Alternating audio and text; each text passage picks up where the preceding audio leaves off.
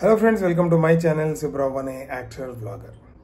హిందువుల్లో ఎవరైనా సరే కొత్త ఇంట్లోకి వెళ్ళిన, గృహప్రవేశం చేసిన, కొత్తగా షాప్ ఓపెన్ చేసిన, కొత్త బిజినెస్ ఓపెన్ చేసిన మనం సత్యనారాయణ వ్రతం చేసుకుంటాం.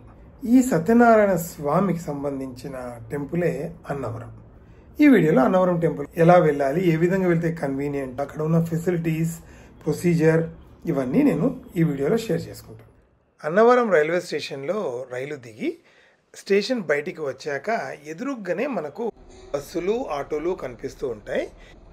ఇవన్నీ కూడా అన్నవరం దేవస్థానం కొండపైకి వెళ్ళేవే. అయితే అక్కడ ఎంక్వైరీ చేస్తే ఈ బస్సు మాత్రమే టెంపుల్ ఎంట్రన్స్ దాకా వెళ్తుందని చెప్పారు. ఆబ్వియస్లీ ఇంకా నేను బస్సే ఎక్కేసాను. అలోన్ కూడా ట్రావెల్ చేస్తున్నాను కాబట్టి 20 రూపీస్ టికెట్. అన్నవరం చేరుకోవడము చాలా సులభము. అన్నవరంలో రైల్వే స్టేషన్ ఉంది. అలాగే నేషనల్ హైవే 16 చెన్నై కోల్కతా వెళ్ళే హైవే కూడా అన్నవరం మీదుగానే పాస్ అవుతుంది. నేను హైదరాబాద్ నుంచి రైల్లో వెళ్ళాను.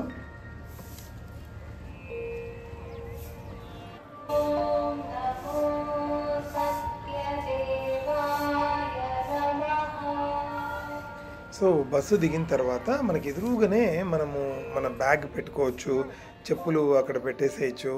దెన్ మొబైల్ ఫోన్ కూడా లాకర్లో పెట్టేసుకొని దర్శనానికి వెళ్ళిపోవచ్చు. సో స్పెషల్ దర్శనం అని కూడా ఉంది, కానీ ఆ రోజు రష్ ఏం లేదు టెంపుల్. సో నేను డైరెక్ట్గా వెళ్ళిపోయాను.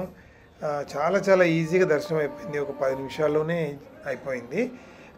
ఈ దేవాలయంలో దంపతులు సత్యనారాయణ స్వామి వారికి వ్రతం చేస్తారు. ఈ వ్రతం 300 రూపాయల టికెట్ తీసుకొని మనం వ్రతంలో కూర్చోవచ్చు.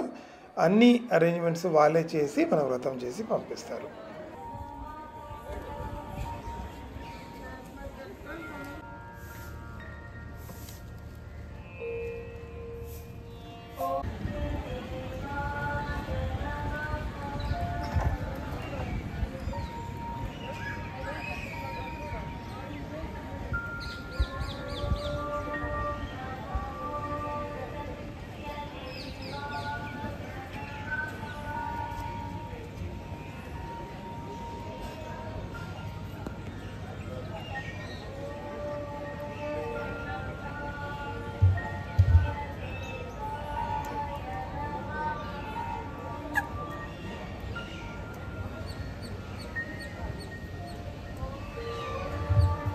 ఇప్పుడు మీరు చూస్తున్నది సన్ డయల్ అనమాట.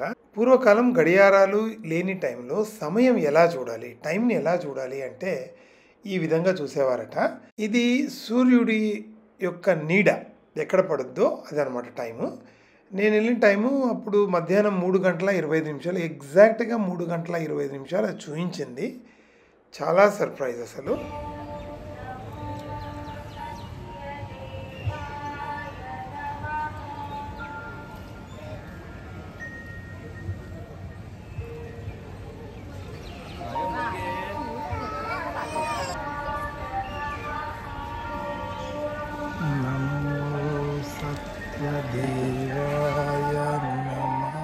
ఈ వీడియో నచ్చితే తప్పనిసరిగా లైక్ చేసి సబ్స్క్రైబ్ చేయండి.